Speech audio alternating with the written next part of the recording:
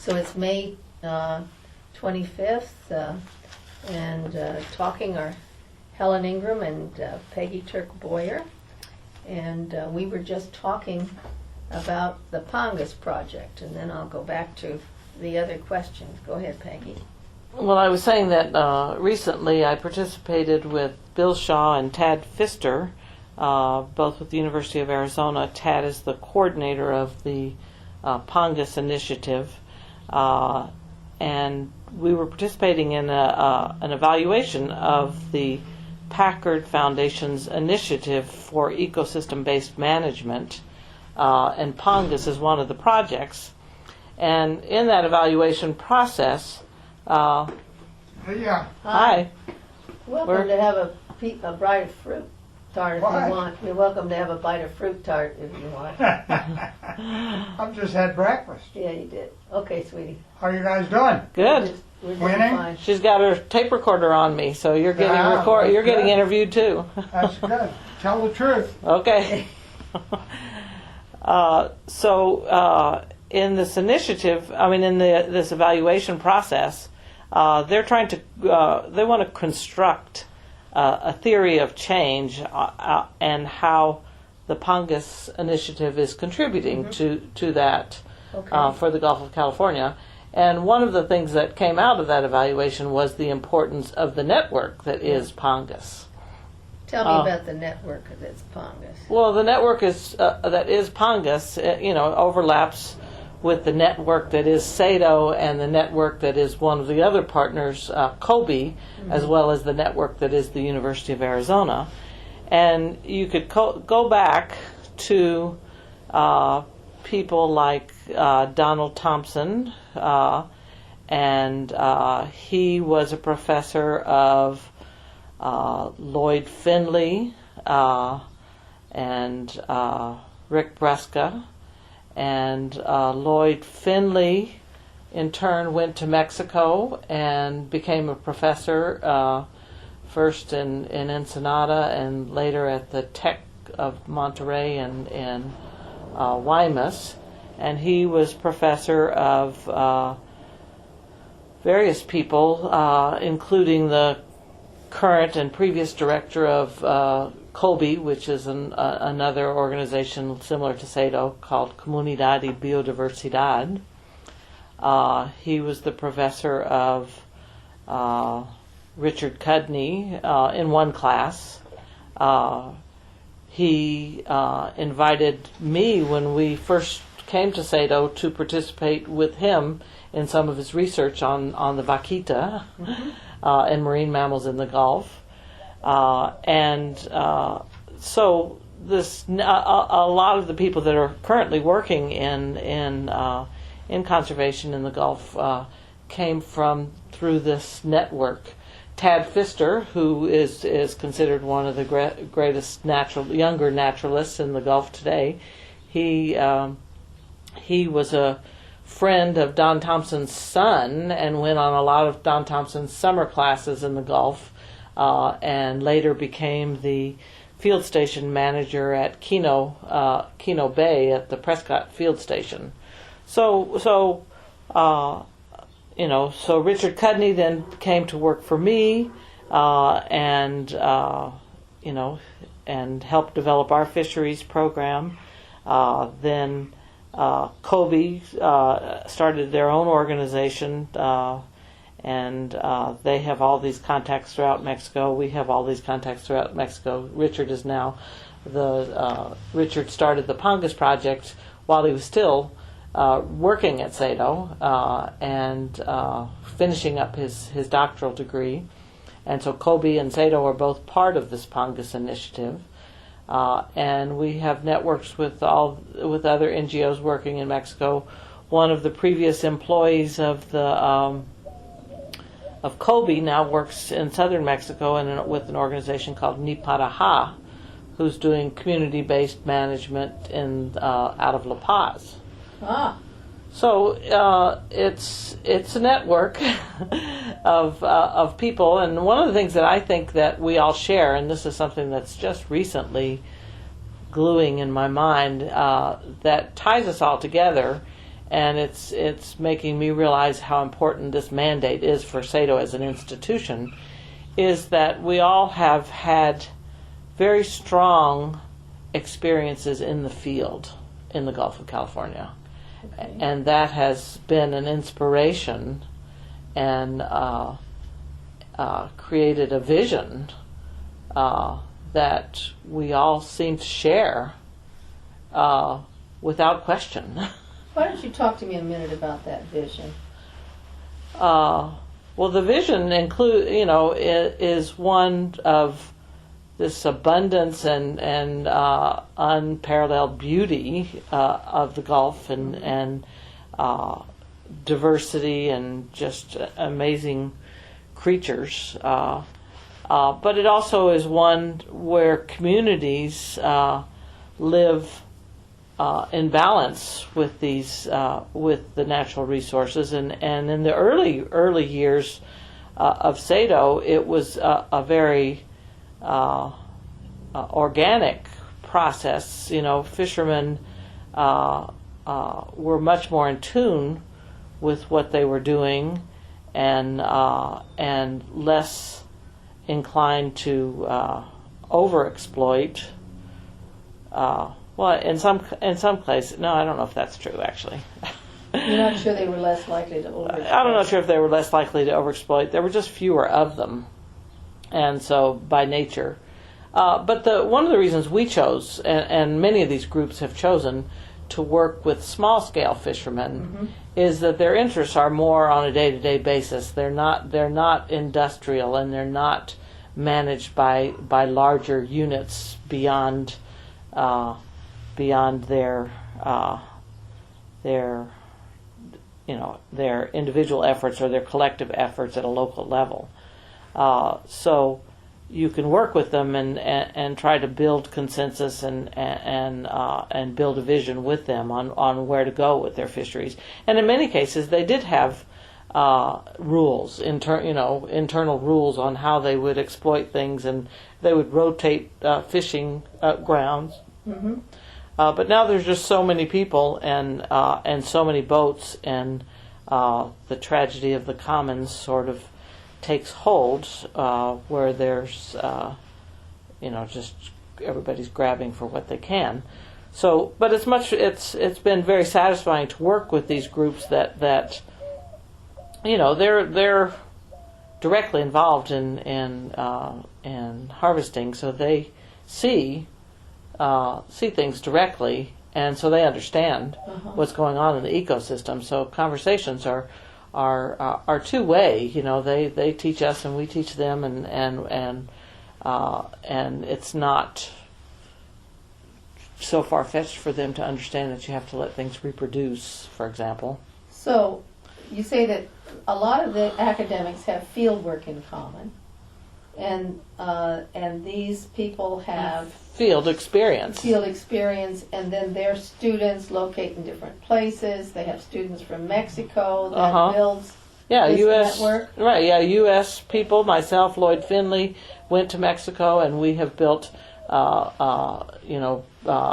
Lloyd built students that began to work. They were all the directors of the conservation organizations 10 years ago, and many of those are still working in conservation.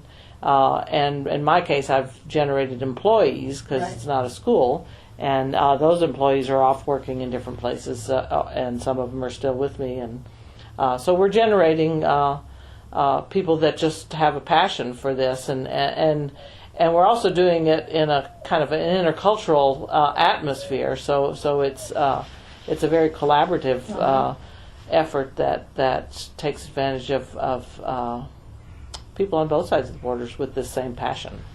And in general, that one of my observations about the Sonoran Desert is similar to what you were saying. I think people in the Sonoran Desert tend to it's kind of tend to be attracted to extremes, and the Gulf is an ocean of extremes. We've got extreme salinities, extreme temperatures, extreme tides, and it's unpredictable. The upper Gulf is really unpredictable, and so if you live and work in such a region, you you have to be adaptable, you know, and you have to adapt and constantly be reassessing where you are and what you're going to do, and you know, we have these two cultures, and our economies are impacting one another, and I think people that come to this region, many are attracted to that, or else they're well adapted to it, or can survive, or adaptable people. Right. Can you tell me a little bit about how these networks may have changed over the years? In listening to you talk and in reading, I've gotten the sense that you've moved in new directions in response to opportunities or frustrations. The Pangas project is a relatively new project, but it follows on quite a few projects you've had with indigenous fishermen or resource harvesters, the oyster people, and so on. How have your networks sort of changed and evolved? Well, in 2000, in 1998, CEDO published the first sort of assessment of fisheries in the upper Gulf of California, which was one of the first assessments of fisheries in the Gulf of California. And it was based on interviews with fishermen. This was published by Cudney Bueno and myself. Yeah. It's called Pescando Entre Mareas. Yeah, I've looked at that. Yeah. And it basically captured fishermen's knowledge with the idea of moving forward towards management.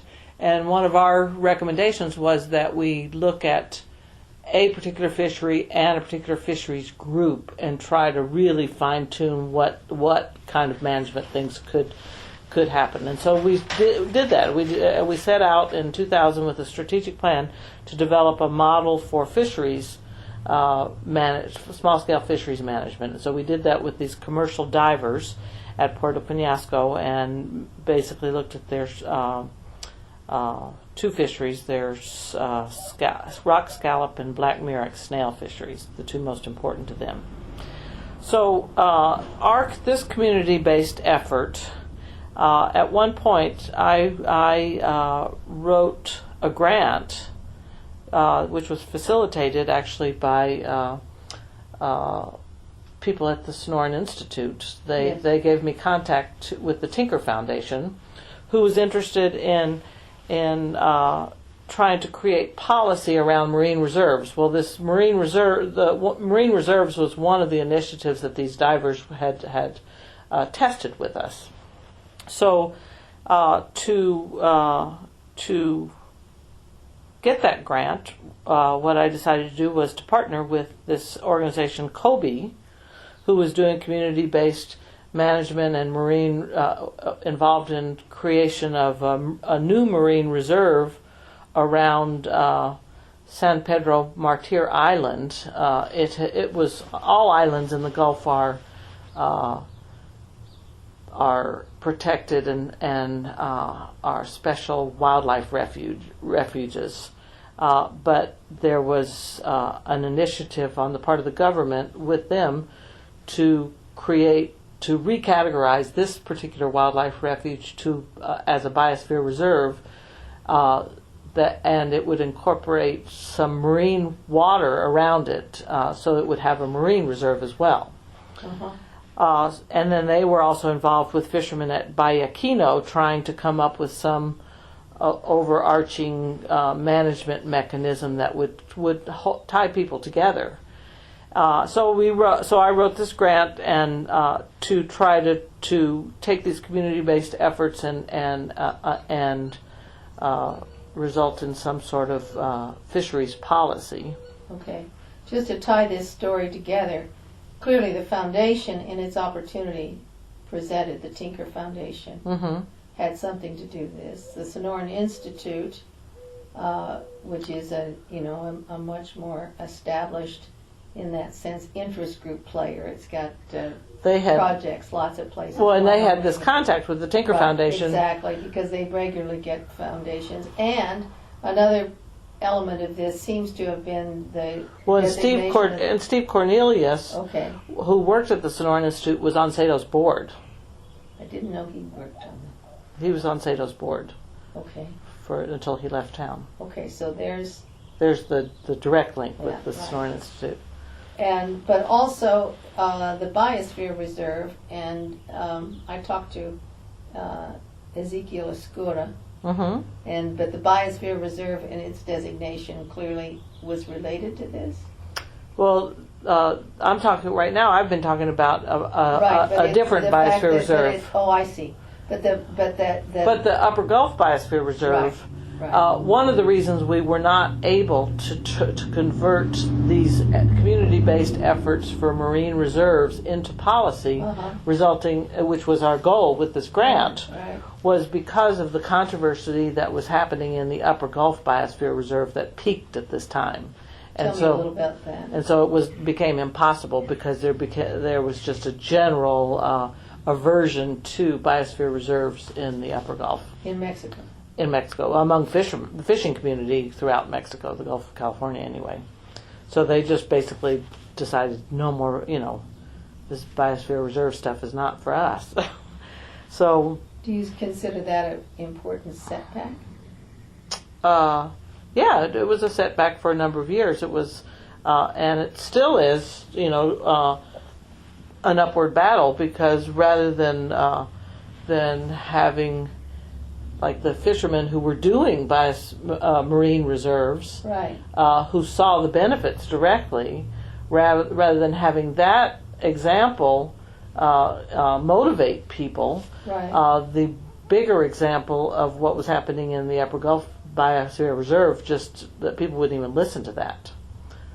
So we've had to build support for the concept of a marine reserve, and still it's an upward battle.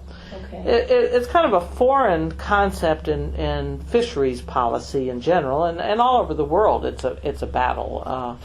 It's a foreign concept mainly because fisheries management has traditionally focused on single species models, and marine reserves have the potential for multiple species management, not only for fisheries purposes but also for conservation of marine biodiversity. Okay, so absent the Biosphere Reserve, your relationships have had to be built around specific projects and specific groups of People. people. So here's what an interesting networking relationship that has developed in recent years that I find interesting. Okay. Okay, since we've been talking to each other, the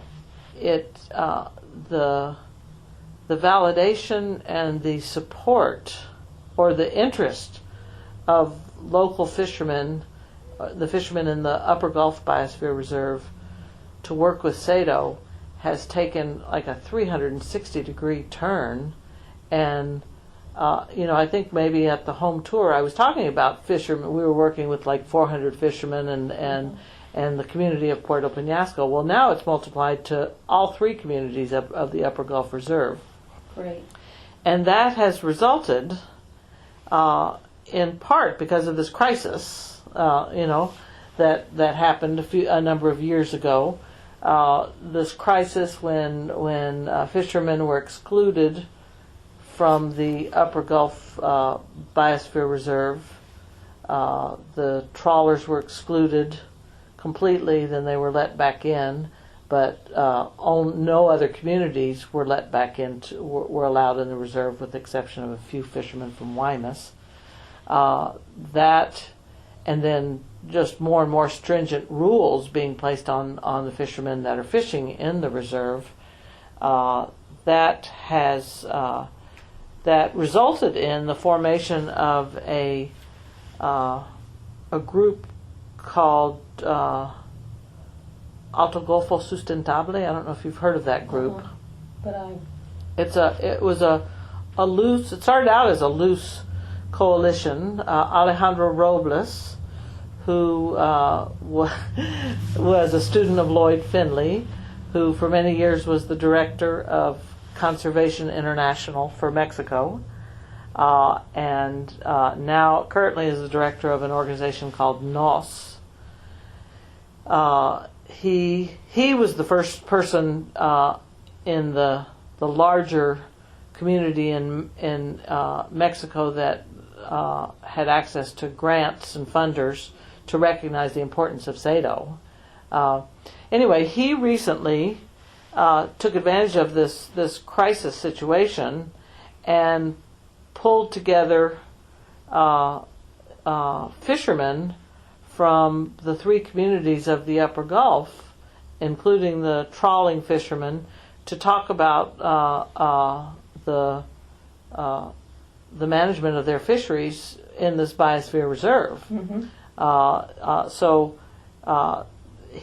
He motivated them by telling them that they could either have the government mandate whatever regulations were going to happen, or they could work with the government and with NGOs to try to have a say in what was going to happen in the reserve. So this group was created a pretty powerful forum that participated with the government to officially declare this new, not officially declare it, but officially to develop the first management program for this new vaquita refuge that was established. That was the management program, I think, was published in December of 2005, and it was basically published with consensus from the fishing community. Wow. It was not very detailed. It was built with consensus from the fishing community, but not so much consensus from the fisheries arm of the government, Okay. who resisted supporting it for a number of years. So anyway, that brought together the fishermen from these 3 communities. The group met for a number of years and moved forward some initiatives, and eventually this management plan for this vaquita refuge required that a body which was called Órgano de Seguimiento y Evaluación y Seguimiento, and it's become known as OES. Okay. This body was formed that had a mandate to follow up on the objectives of this vaquita refuge. So there was 2 forums. There was AGS and this OES, and it turned out that they ended up being almost the same people. And AGS incorporated as an ASE, but they didn't go anywhere. Basically, they just kind of died out. They had one person who was meeting with fishermen and really in having good dialogue with fishermen, but it was basically not having a hard time meeting with regularity, and it was just not moving forward. I'm sure Alejandro Robles has a lot of reflection on that, but I basically think it was partly because they were not local, and they just didn't have the capacity to meet and follow up regularly with their the process of meeting. When they did meet, they were very focused on process and not so much on content. Yeah. And so there was a lot of frustration. Meanwhile, it was replaced by this government mandated body that had the same people in it and became very effective. It was run by a guy who has just recently, in the last 2 weeks, been named as the Commission of the Natural Protected Areas, Luis Fueyo. How do you spell Fueyo? Fueyo. Okay. That's interesting. It's interesting that this government-based institution was more successful. You say part of it is that they existed in the place because they were not exactly outsiders, but certainly their official status might have had. Well, their official status. I think the difference was the person Okay. that Good. led this group. Okay. Great. Alejandro Robles is, I have utmost respect for him, but he was not able to commit his personal schedule to coming to these meetings, and he, always things would rotate around him and change, and this guy was a person of his word. He set a schedule to meet at first every month and later every 2 months, and he would do it, and he would comply with what everybody decided. He knew how to manage a meeting and move forward. He was very professional in his capacity, and the other group just had less capacity to do that.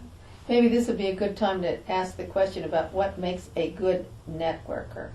We've talked about people getting together around shared interests, including this particular place of extremes, fieldwork, sort of professional interests.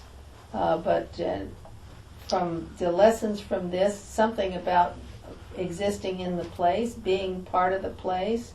Well, no, Luis Cuello was not really part of the place. All right. Okay. He and Alejandro Robles had spent a lot of time in the place, but he wasn't really part of the place.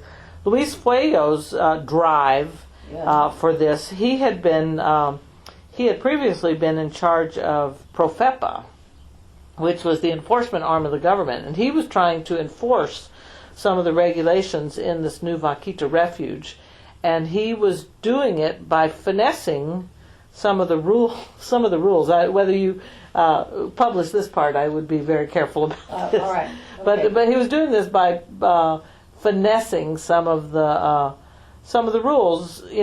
Basically interpreting the law, and he was challenged by the head of the fisheries arm of the government, and he lost his job as head of Profepa. But he was then reassigned to be in charge of this Vaquita refuge, and in a way it was sort of like, I'm going to make this happen one way or another. So he was very determined, but he has a background in fisheries management, and he also has a legal background, so he knows the law really well. Okay.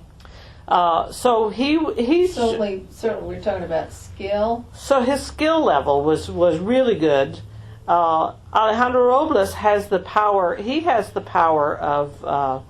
He was able to bring people together because he has the power of.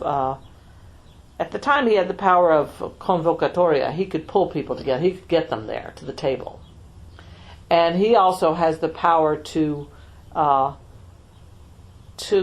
kind of change the way describe the change in paradigm that was required of fishermen to get them on board. And he did that very successfully. You think that's vision? Yeah, I think that's vision. Okay. And Luis Cuello, who also has the vision, but he had the I guess you could call it almost technical or facilitation capacity to bring about a meeting, and then he also had the contact with the government, so he could follow through with it. Mm-hmm. So he could do what he committed to doing in the meetings. Okay. Although frustrated because the fisheries arm of the government was very difficult to get to these meetings and to. I guess it would be helpful here if I ask you, clearly a lot of what you do is very hands-on, people-to-people kind of thing. On the other hand, we're talking a lot about follow-through enforcement. Could you put a little bit in perspective how you see government and institutions like reserves as facilitating your work, or at times get in the way of your work, or essential to your work? How would you characterize it? Can you? Maybe it's not a good question. No, I just was still on the other question. I wanted to round. Can I? Finish up. Let me finish up because I didn't really get to my whole point please, in that. I didn't mean to interrupt you. But I could see why you didn't think I was getting the point that I was making in that is that through this new forum, fishermen also decided to create. The fishermen from the three communities got connected to each other through these two forums. And they created their own alliance and they constituted as an ASE. So now we have a fishermen's alliance that only deals with their issues among themselves, with no NGO participants. I see. And through this alliance and through the OES, what we had been doing with fishermen in Penasco, with one group of fishermen that we managed to multiply with other groups of fishermen in Penasco, now the word of what we're doing is multiplying with the other communities through these different regional forums. Okay, now it's tied together. Yeah, that's how it's going to tie it all together. Let's go back to. Okay, now your question. I got two questions on the table. One is the characteristics of networkers. The other is, and maybe they're connected a little bit, is one of the characteristics of effective networkers their position in the government, their ability to deal with the government, their knowledge of, I suppose we've talked about knowledge of laws that relate. How important would you say that is? We've stressed ties to universities, and I think that's really an interesting dimension. What about this tie to government? Well, I think to have an effective network, you have to have connections to all the levels. Okay. You have to have connections to the government. You have to have connections to the communities. You have to have connections to academics, and there are few organizations and places that can do, and people that can make all those connections. And one of the things that I've read recently about community-based management initiatives is the lack of sometimes they become stale at a local level and don't get converted into policy, and because of the lack of the linkage with the national government. And there are very few forums that create places for that to happen, because it doesn't always happen with one individual, or NGOs and help do that. And so these new forum, OES, created a network that brought all those different people to the table and created a process that helped network everybody. Okay. Because there are few. And one of the things that's happened as a result of this most recent fisherman validation is that organizations like the World Wildlife Fund, who works in Mexico, and Environmental Defense, who's now working in Mexico, they're really looking towards CEDO as our link with the local communities, because it's a lot of work on the ground and doing the interactions that build that network at the local level. And unless you're there locally, you really can't do it. And so they have recognized that, and so they're investing their energy, rather than trying to duplicate actions at a local level. They're investing it in CEDO to be the communicator with the local fishermen. So fishermen validated us, and now they're validating us. Yep. It's great. Yeah. It feels so good. I can't tell you really how good it feels. But that's how it seems to be happening. And apparently NGOs often will take the role in trying to link processes at different scales. That's kind of a terminology that's used in our literature, cross-scale linkages, and that's what this forum does. And I think with the fisheries arm of the government, they haven't participated real actively in this OES. But we're one of the things that I think is really needed is some forum that allows us to take community-based fisheries management to the national level, so that doesn't get dropped. You think what happens? Describe the process of something getting stale. Well, we have fishermen that we've been working with for this black murex snail. Mm-hmm. It's a species that's not really of national concern. There's this management plan tool that you can create for species, and the fisheries arm of the government has said that that's the tool to use. But they don't have as priority the species that are not of interest to them, so they're not facilitating. We're in the process of trying to create consensus with the local community for developing a management plan, and we start that by developing specific initiatives, management initiatives. One is, for example, is to close the season voluntarily for a month so that the species can reproduce. Well, we got consensus on that last year, but the buyers that were buying the snail said that they wouldn't support it. They wouldn't support that only permit holders be the ones that are allowed to fish, because it's not in their best interest. But because and he was threatening, because it's really not allowed to fish this species with hookah. The law says that they're supposed to be fished with traps. Well, we tried to change that law last year in the Carta Nacional, which has not been published, and the permits that are still issued to the same fishermen that use hookah don't say that hookah is allowed. So they're, the things, just those initiatives are not lining up.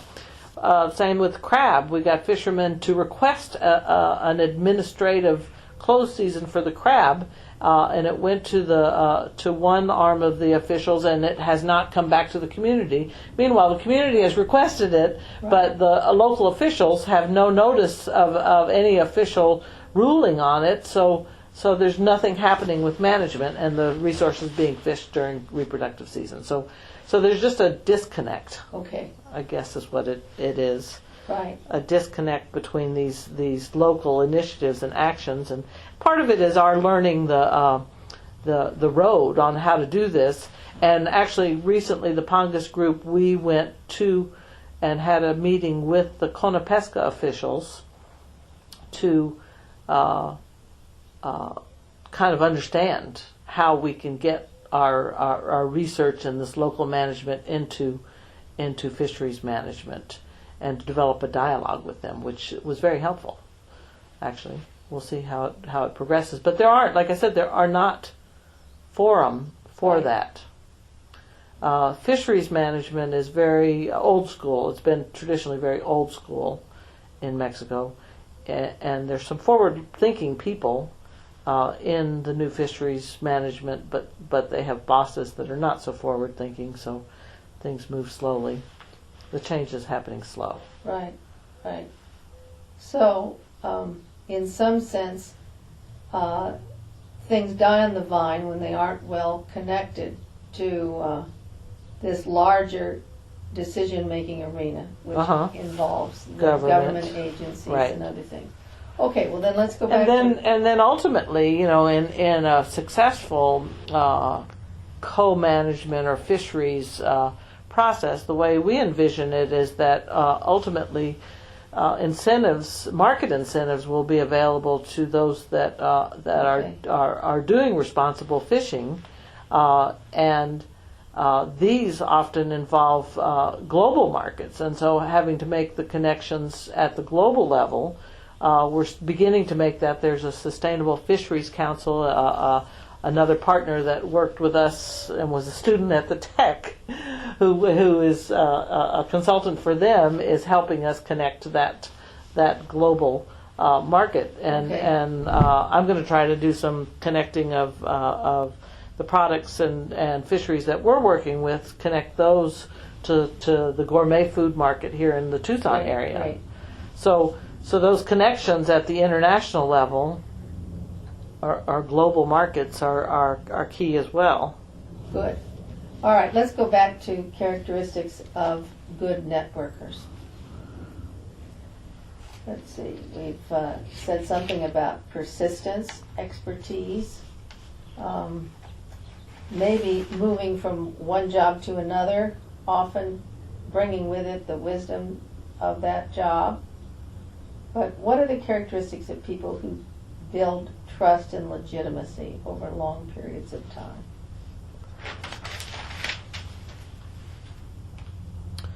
Well, in not so much in terms of a person. No, it doesn't. It's just networkers. But in terms of CEDO as a networker, right? And kind of going back to something you said earlier, one of the things that I think has strengthened us over time is the fact that we're still there, the fact that we've weathered criticisms, and we've maintained our course, and just kind of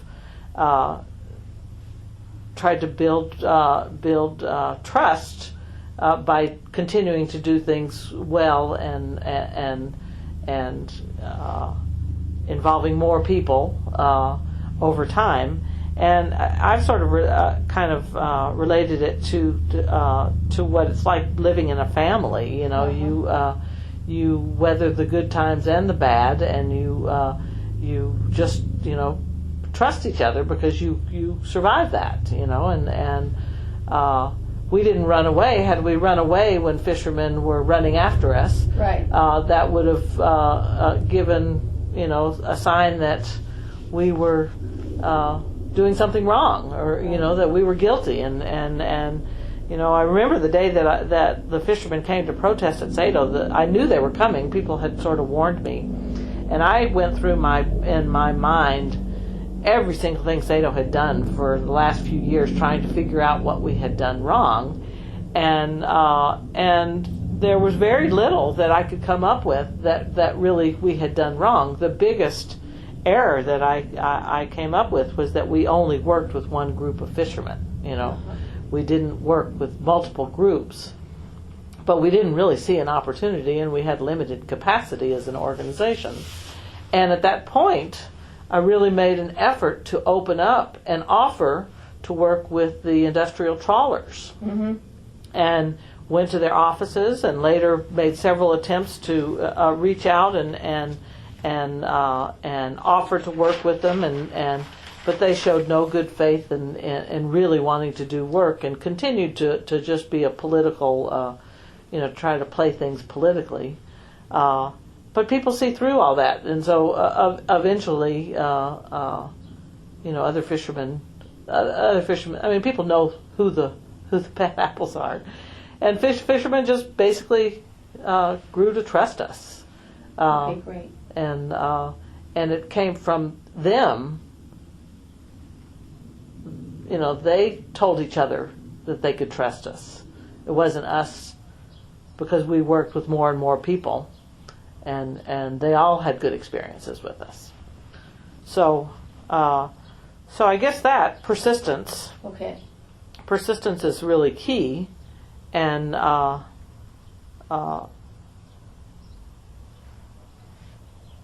good.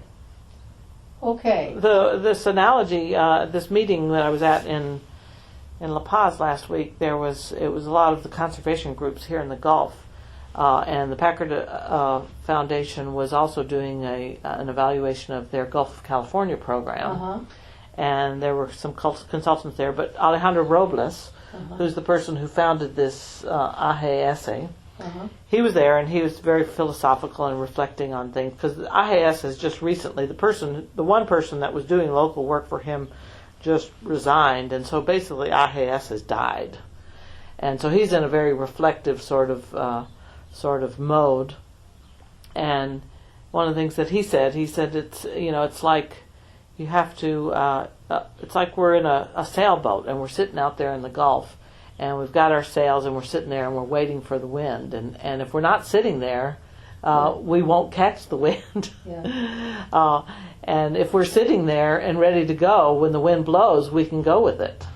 And so that speaks to me a lot towards what CEDO has been, is we've been sitting there, listening, doing small things appropriately when we can, but now the wind is blowing, and fishermen want, what they've asked us to do, which is the validation, is that they have to produce an environmental impact study for their fisheries.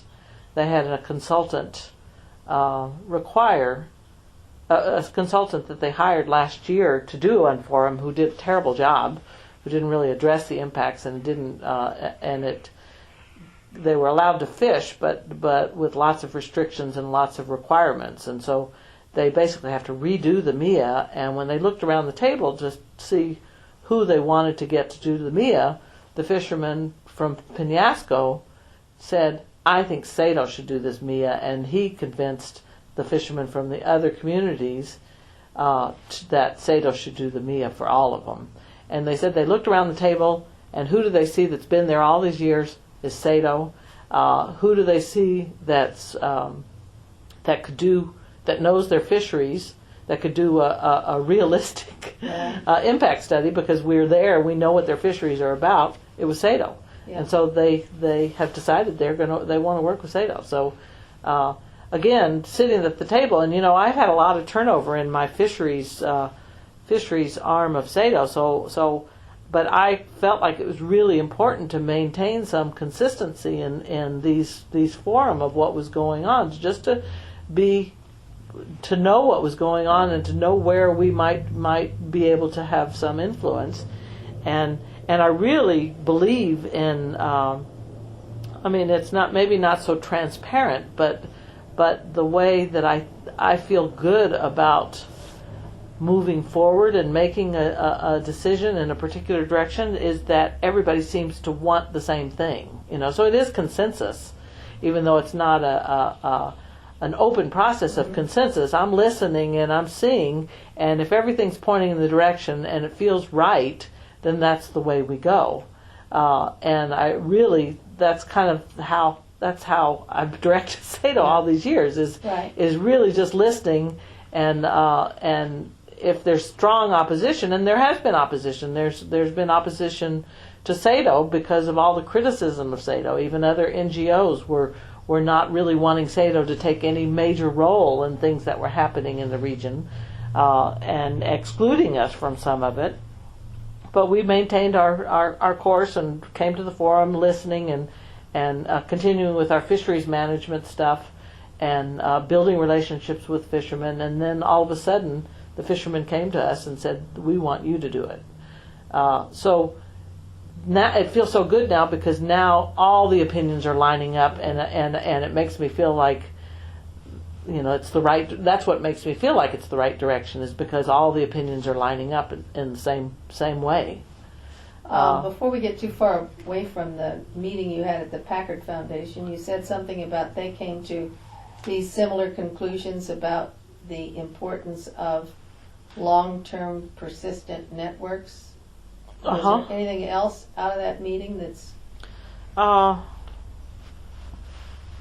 it was more, the meeting was more to tell us about the process. I see. That they were, but this was just the about reflection process of change. No, this meeting was to tell us about the process that they were going to follow I see. for evaluating us. That would be interesting, maybe in the further weeks on, that come, to have some sense of that.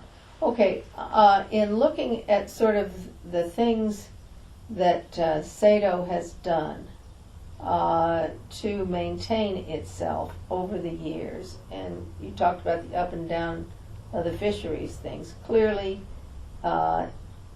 education and ecotourism, is that even the right word in this case, have played a larger role over time, or at some time rather than others. How would you, the diversity of CEDO's program, it seems to me it's become more diverse and dependent upon different things. Is that true?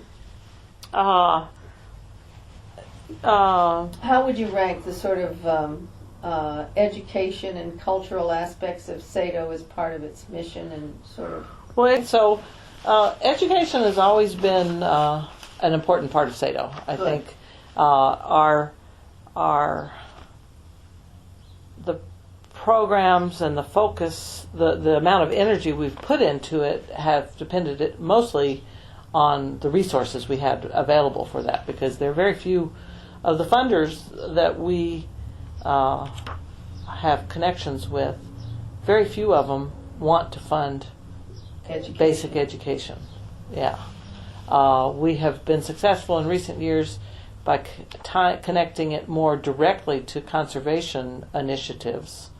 And we had one funder that wanted to fund on-hands environmental education for local kids, but it was a short-term thing.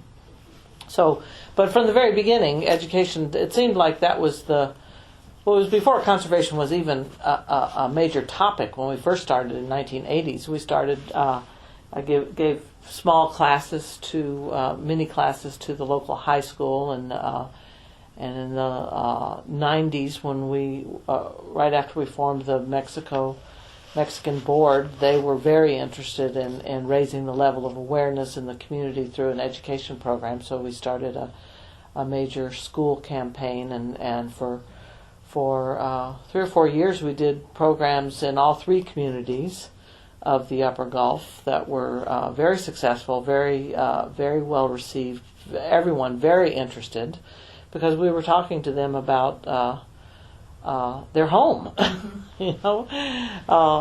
and they were very, very interested in it. And then we got a grant to do a teacher training workshop, series of workshops. Basically, it was a 2-year program that went to each community in the Upper Gulf, and we had two intensive workshops in each one of the communities on all the local environments, with hands-on activities that they could repeat with their kids, and field trips and experts, and very well received. And then I wrote a grant to turn that all into a book and a curriculum, and that all happened right around the time that we had these crises with fishermen, and I could not dedicate the time to actually write that. Mm-hmm. So what I realized at that point was that I had to, if CEDO was going to succeed and to be able to make a difference, I had to stop doing stuff for a couple of years and just write grants. And so that's what I did. We basically stopped doing stuff, and I became the director of CEDO instead of the director and chief bottle washer. So I wrote grants and hired a really good team of people. In 2004, I got Packard money, the Tinker money, and then the Packard Foundation helped me tie up with a couple of other funders. And so I was able to hire a coordinator for to start our wetland program with the oyster growers, because that was also part of our strategic plan, was to build a model on how to do coastal conservation with the oyster growers in the local estuary. So we started trying to understand the estuary ecosystem, work with the oyster growers, and then went from there to lots of different projects there. I hired an education coordinator, and we hired a coastal conservation, or person that became a coastal conservation, and then fisheries coordinator. So we have now coastal conservation and sustainable tourism. That's what. And our ecotourism, CEDO had been doing ecotourism for years. It probably wouldn't be called ecotourism. We were doing, because it wasn't supporting the local communities, it was basically supporting CEDO, who was supporting local communities. Right. So it just depends upon the use of the term. But in the our process of developing, doing conservation with oyster growers in the estuary, we saw an opportunity to strengthen their connections with tourists, and in the process created this Notre Arte ecotourism corridor to enhance their businesses and give them a higher profile, and to try to help them get access to the tourism economy, which was at the time booming. So we created these Notre Arte products with the local oyster growers, but it was very slow, and it still has been slow growing in getting them interested in doing something like that, and getting them the training to do something like that, getting them to participate in the training. Right. I think and trying to find the right incentives to get them interested. Recently, we have combined the CEDO tours and the Notre Arte tours all into one, and we call them all Notre Arte. CEDO's name and the quality of the tours that we give, the real interpretation part basically has come from us, not from the local groups. But they do have services and things to offer to a tourist. For example, the oyster growers at one estuary were, letting people act like they were oyster farmers. So they were becoming oyster farmers for a day. And the other, the women at the mouth of the estuary, they had a restaurant that we helped them get funds to build. And Okay, well, I may have then misconstrued this a bit in my mind, because I was under the impression that the tours and the visitors, and there's a lot of visitors to CEDO, provided some sustained support for the organization and an alternative mission to the times when conservation activities and projects were less fruitful. Is that not right? Or well, yes and no. Until we connected this ecotourism to our conservation efforts in the estuary, the ecotour activity and visitors to CEDO were mainly what you were talking about. It was an outreach to the public to share what we were learning with the public, but also was a source of income. The tours themselves never really have brought in a lot of income, but the visitors to CEDO at the gift shop did, right. And visitors to the CEDO field station. And you're right; those were all important sources of income to CEDO before we got all the grants that we're getting now, and were one of the reasons I think why CEDO has sustained itself over the years is because we're more diverse in our economic base than others.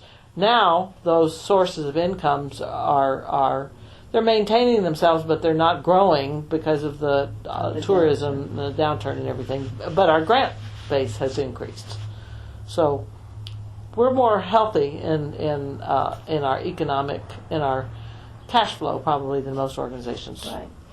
Okay, I'd like to now return to something we haven't yet talked about this time, although I've heard you talk about it before, and that is the larger notion of maybe the vision or the narrative of the mission, the connection of science and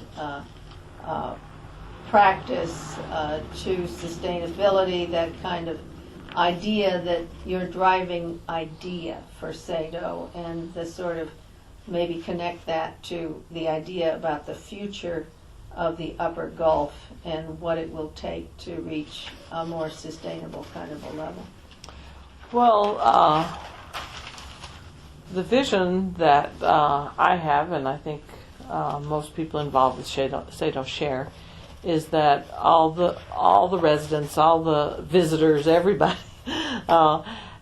really understand the species and the environments and as much about the processes as possible of surrounding them. Okay.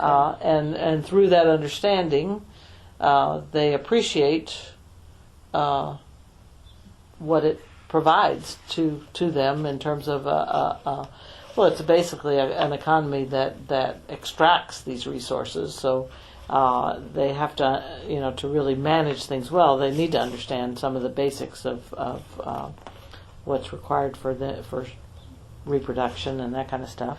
And with that basic understanding, and that can be achieved through our education programs. It can be achieved by fishermen who are going out there every day fishing. It can be achieved by and enhanced by our getting local people involved in doing research with us, like fishermen or oyster cooperatives. They got involved in monitoring water quality with us. So connecting people up with our documenting and formalizing the information from local fishermen in a scientific way to really understand what they know, as well as using scientific methods to get new information. Those two ways of gathering information are giving us, a clearer picture of the ecosystem and connecting people with those different ways of knowing and appreciating both of those, I think, is really important. And then, telling the stories of the ecosystem and the connections. People are always fascinated with that and the connections, and then giving people specific ways that they can contribute. I mean, I've seen very few people that can deny that stuff when they see it or hear it or feel it. It's just so obvious, the ecosystem and how it's connected, and people like to hear about those connections. So trying to figure out how to facilitate and create opportunities for people to contribute from developments who don't know that they're sensitive parts of the ecosystem, for example, where a least tern is nesting, to fishermen who may have one idea of the life cycle of a species, but the data is telling us something different, to getting them to to have consensus about doing something alternatively, so that the ecosystem or species are prolonged. That's the real challenge, is trying to build that consensus and to present the information in a way that people understand it. And then, if you get that consensus at the local level and trying to get it into policy or get it into something that's long term, is the real challenge, because this one-on-one stuff it takes a lot of time. Yes, it sure does. It takes a lot of time. And in a small community, I mean, that's what's really nice about being in relatively small communities. Penasco was a much smaller community when we started. Now we're getting much better at using mass media. Working with fifth graders is our main education program right now. Works with fifth graders, and we're working with fifth graders in all of northern Sonora. I met up with a group in La Paz who was working with high schoolers, and they took them out for a week of intense field activities. So we decided to work with fifth graders and then build on that and try to connect. And we're doing a few things at the high school level, but we need to do something continuous. There's one thesis that was done by Meredith Garcia at the University of Arizona, who looked at what stimulated teachers to continue to offer environmental education opportunities, and a strong field experience as a youngster was often the life-changing experience that motivated them to continue.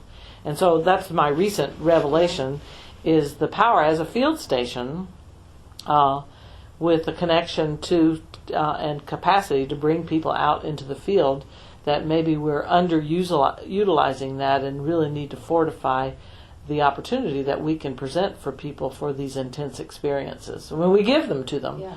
A lot of class groups are bringing people to CEDO. We don't offer long-term courses. The longer term, the more intense that experience is. But again, thinking of the network of people that are working in, and how are we going to? Somebody at this meeting, this recent Packard meeting, reflected on the fact that many of us were over 50 years old, and what are we going to do 10 years from now? And so, again, thinking about what is this network, what's the core at the base of this network, and the field experience as part of that, I realize that we have a tremendous opportunity to create that intensive field experience. When you talk about, and I'm interviewing a lot of people who've been doing this for a long time, are you worried about the next generation of networkers? Mm-hmm. You are? Yeah. I'm concerned. There are idealistic people out there, and a lot of really good people in Mexico being trained. They need experiences in the Gulf of California. Yeah. I've got some really good people working for CEDO right now, and was there something present at the time in which so many of you got involved that isn't here now? Well, what I think it maybe, I mean, I don't know this for sure, but at the time there was really only one school that was producing people that addressed basic natural history and conservation and was focused on field. That was at the University of Instituto Tecnológico de Estudios Superiores de Monterrey in Guaymas, Campus Guaymas. Yeah. Now, actually La Paz and Baja, there are a number of schools throughout Mexico.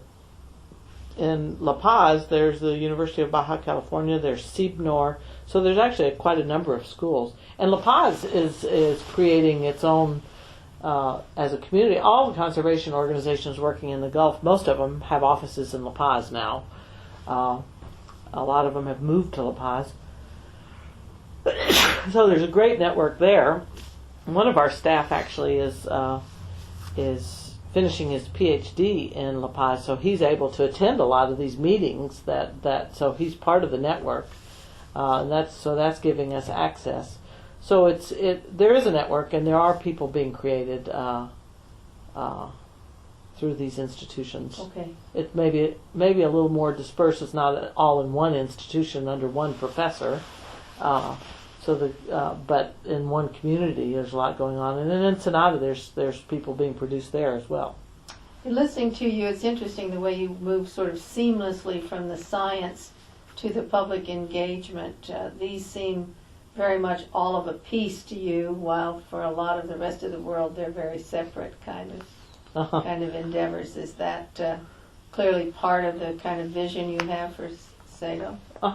Yeah, I don't think science should be off limits and not available to people. In fact, it's interesting because scientists will often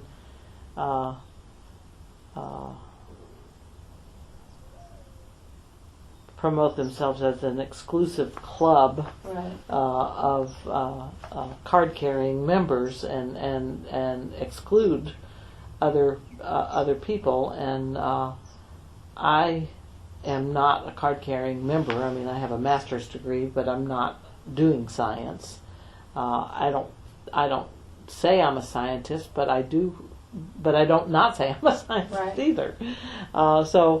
And I am interested in science and can understand it and want to participate in scientific endeavors. There are some people that want to exclude people that don't have that card, for some odd reason. But you've had connections with the U of A scientists in a variety of grant forums over the years. Yeah. I'm the principal investigator on the Pongus project. Yeah, exactly. Yeah, and so clearly it is a part and parcel of the same thing. It's not one part divorced from another, is it? No.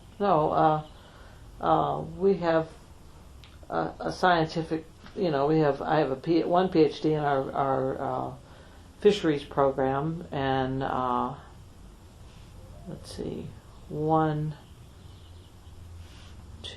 one master's and two people working on their masters, and another person working on their PhD. So certainly I support and see the value of having good science. Right. Changing gears a little bit and talking about this larger trajectory. Clearly, problems are getting worse, aren't they? In the sense that the Colorado River and security to those flows are threatened. The levels of development, maybe they've slowed for a little bit in Puerto Penasco and other places around the Gulf. That's upsetting. The drugs and the negative construction of Mexico, these are all problems. Do you think that the kind of response that's coming out of the conservation community, including the activities we've been talking about, are building to the point where they're responsive to these problems? Are the problems overwhelming capacity? How would you assess that? Well, I think we might have even addressed this in this last meeting. I think that the solutions for the long-term solutions involve working with communities and their use of natural resources. Most of the problems derive from a misuse or impacting natural resources. So you have to work with people and communities. And I think the conservation community has been focused on learning how to work with communities. It's much easier to work with rural communities than it is for us to work at the government level. But we have formed coalitions. Al Costa is a coalition of NGOs throughout the Gulf that has really been effective in conversing. Al Costa's Alianza Costera del Noroeste de Mexico have been really effective. We participated in that group when we did a major survey of all the development throughout along the coast, all the coast of Mexico, and were able to enter into dialogue with the Fonatur Escalera Nautica project that was proposing marinas throughout Mexico. And so coalitions like that are giving us, and the Pangas Coalition gave us an opportunity to bring our fisheries initiatives in a collective form to the government, and so have created a network of interest to the government, where individually we may not have been able to. So there's growing capacity to take what we're learning at the local level and bringing it to the national level. But ultimately, it seems to me like, again, as I mentioned, for these initiatives to be successful, they have to address the economic sustainability of these communities, and that requires things we're finding, things like business plans and knowledge of economics and things that the conservation community doesn't necessarily have as tools.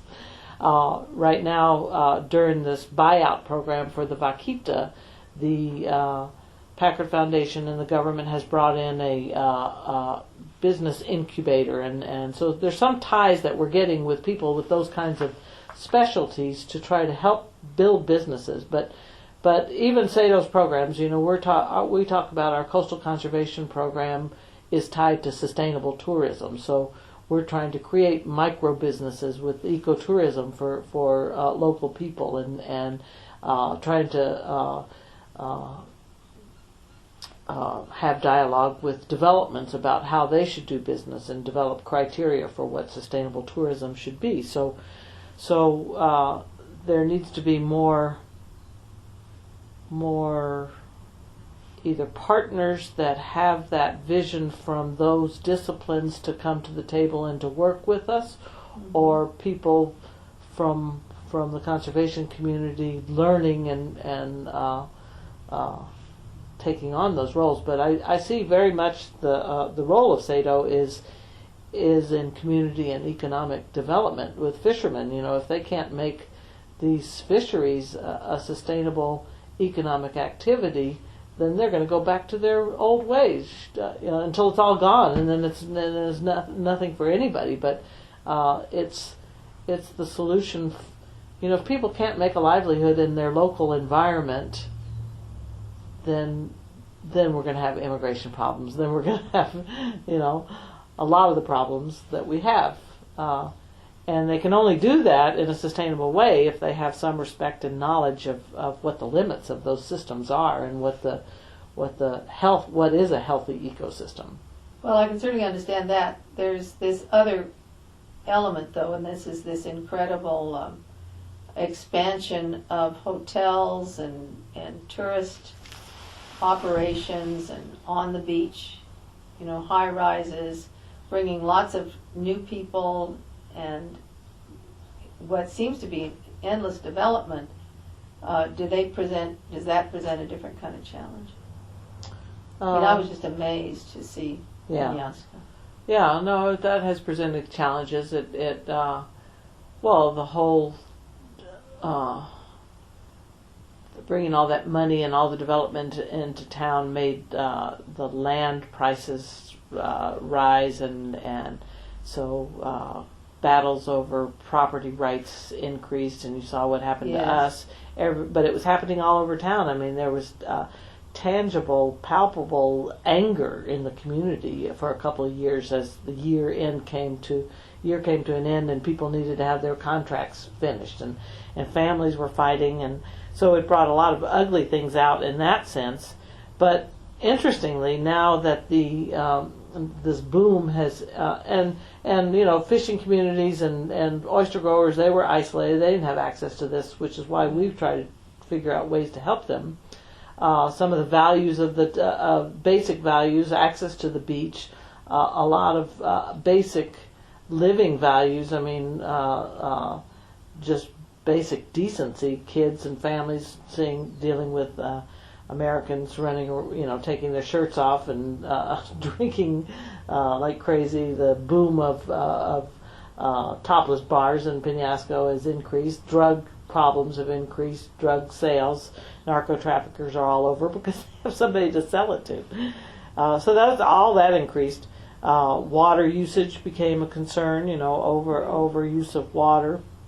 But now that the boom has subsided, the community in a way has gone through a crisis, and there seems to be some level of reevaluation of values, and people are really looking on the tourism end of things. They're really looking towards CEDO as a giving them something they can market. Maybe it's all about business. It's giving them something that they can market around, that the natural environment, which Penasco has very little to market around. Basically, its old character as a small fishing town has been lost, right? And the shrimp boat building. So they've looked to CEDO and are really interested in marketing CEDO with all of its promotional stuff. And I think they have been thinking a lot about what are the values and what really makes them competitive as a community, and they're struggling to try to promote their town, so it's been interesting, kind of this change. Right. Meanwhile, CEDO continued. CEDO survived the economic bust, and we're still going forward, and so we're an example of sustainability in interesting ways. The fact that we won the land dispute, I think, was an important message all the way around, because here we were, a little NGO that managed to squash big money and developers that. Yep. So there has been that reevaluation going on in the tourism activities. CEDO's, we've done more marketing of our eco tours than ever because we've gotten grants now that it's really focused on trying to create local businesses. We've been able to get grant money, and we've been able to market it, and so it's generating more income for CEDO as well as for local communities, and so it's despite the economic downturn, it's still contributing. Great. One of the things that I just occurred to me to ask you is that a lot of organizations work with Mexican partners, but CEDO is in fact a binational organization in the sense that you have a Mexican board. And, are there particular things about working in networks in this binational way that you have insight into, requirements, different kinds of networkers are necessary perhaps, or it being more difficult or challenging in some ways and not others? Well, very early on, I wanted CEDO to be a Mexican organization. And so in Mexico, we are a Mexican organization doing it. Right. So we're not looked at as... You're not even looked at as a... No, we won National Conservation Award. Right. I mean, some people are a little challenged when they see me as the director, but for the most part, that's pretty much accepted too. Right. You know, CEDO is a Mexican organization, and there's no question about it. It's so we work in a whole different way. And one of the things that has made us a Mexican organization is that we do our business in Spanish. Okay.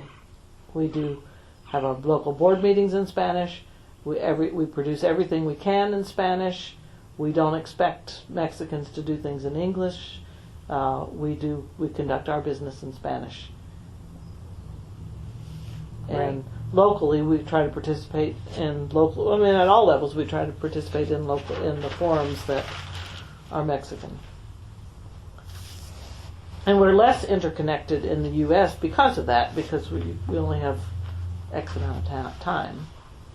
And perhaps that requires partnerships with organizations like the Sonoran Institute. Of course. Yeah, we don't work too much with the Sonoran Institute, mainly because they're not working in the same subjects and areas that we're working. They've been mostly focused on the Colorado Delta, which is mostly a riparian as opposed to a marine system, which we have not been focused on. We're both mainly focused on the marine system. I was on the board for the Ruta de Sonora Ecotourism Association, so I participated in that context. Interestingly, Joaquin Murrieta is now the director of Environmental Defense Fund in Mexico, and so we're collaborating a lot now.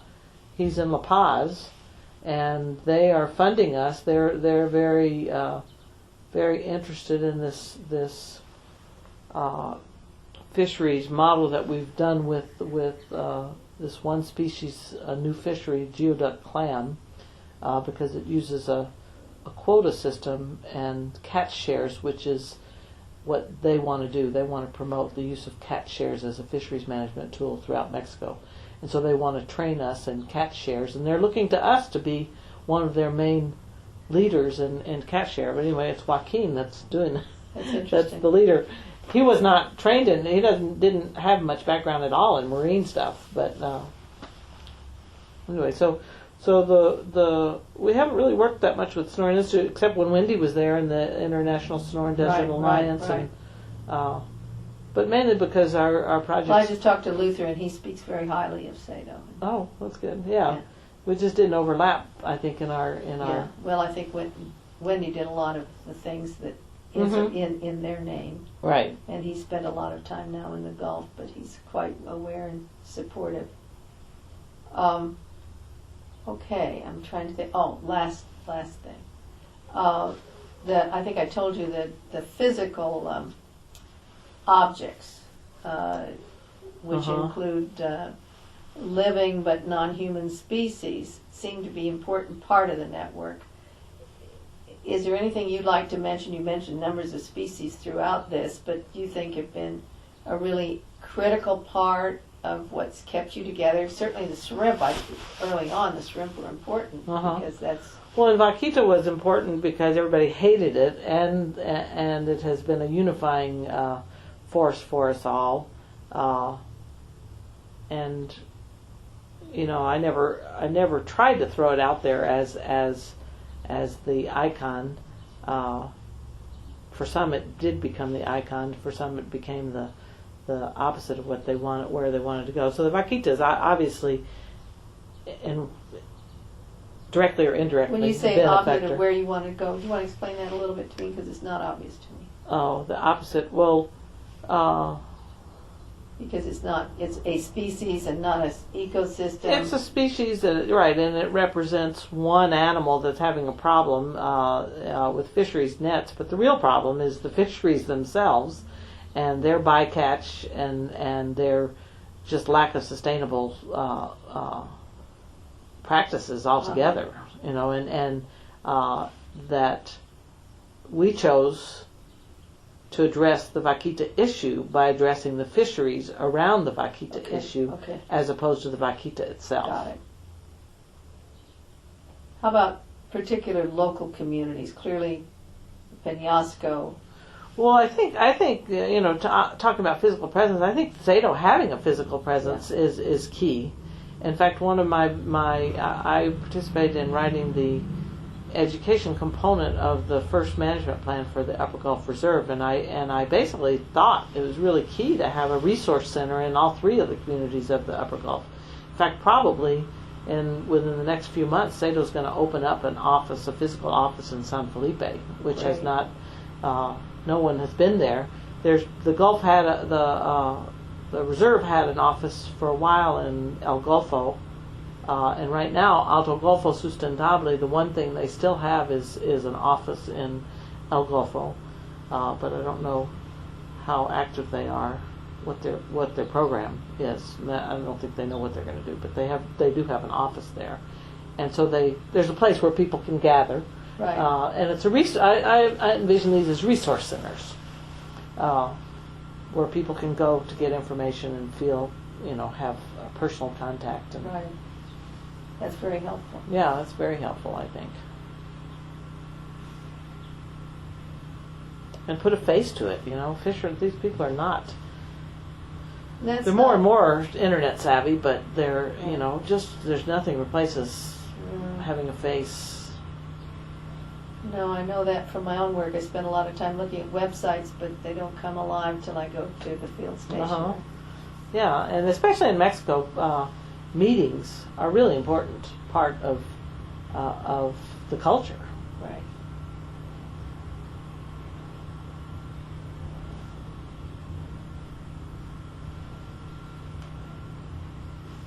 Well, physical objects like the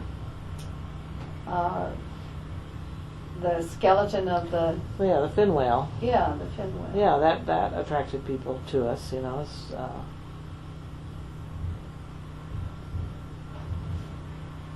But it's tied into this kind of physical presence. yeah, the fin whale skeleton, the Earth ship That's construction. right. That's right. Yeah, we're creatures. We're physical creatures. We identify with. Yes, we do. But we spend a lot of time thinking about words and communication, and forget that they're. But having a physical. Yep. Yeah. So this opening up this office in San Felipe will be a real interesting learning experience It to will. see what it does. Right. Yeah. Well, I think I've finished what I need to. Have I left out anything that you'd like to? No, I think we covered it. It's been really fun. Yeah, I've just enjoyed the heck out of it. Beginning through this and through these other evaluation processes, and just being 30 years old as an organization, just thinking about what it is. Yeah, I'm really glad I came into this, and it's such an important time in CEDO's history. I just hit it at a reflective moment. Yeah, you did. Which made my work ever so much easier. And I hope I can contribute to your understanding of this. I'll be interested in keeping up with you about the Packard Foundation and what they find, and I will, when I get a draft, I'll pass it by you. Yeah, I'm very interested to hear what other people and have I learned. certainly won't quote people probably by name, but I will give you plenty of chance to look over anything that I use. Yeah, the only thing I wouldn't want to do would be to criticize the government. in No, I any way. didn't don't hear think- any. There was just that one instance of the one guy who got fired. Yeah, which I That's wouldn't too. want to. Yeah, well, I wouldn't wouldn't use get that anyway. detail. It's too, Yeah. it's too low. It's too. Yeah. Yeah. But I think things happen, right? Right. And in some sense, it was a story about how a person became, learned from the experience, moved from one place to another. But Right. But was driven partly by that experience, I think. Right. So- Right. I think failures are in some ways and challenges, as clearly the fishermen. Yeah. Were Well, challenges to. You to reassess and you become more strategic. So, and I think that's what's happened with us. We have been through a lot of crises and learned from them and adapted and Yeah. Right. You said something about turnover in your resilience is fisheries a word that program. everybody uses to. Yeah. and I guess a certain resilience. Resilience is precisely right. Resilience is possible when you adapt. If you don't adapt, Right. then yeah. So Is turnover a problem in your organization? I don't know that it's a problem. It happens. It happens. I've had the team that I've got. Everybody doesn't turn over all at the same time. It'd be nice to have people longer. In my fisheries team in particular, but now I'm getting some longevity. I don't know that it's a real problem. Well, in some sense, you're also pushing people out who know something into other areas. Yeah, they're just it's a learning. CEDO seems to be for a lot of people a stepping stone. Yeah. They learn a lot. It's not a destination, and I think it's not a destination because they don't want to live in Puerto Penasco. It's not an attractive community for a family or for long term. Well, it has been for you. It has been for me, yeah. And ironically, more for Americans, I think many more Americans would be happier there than Mexicans would, because it offers all kinds of interesting challenges.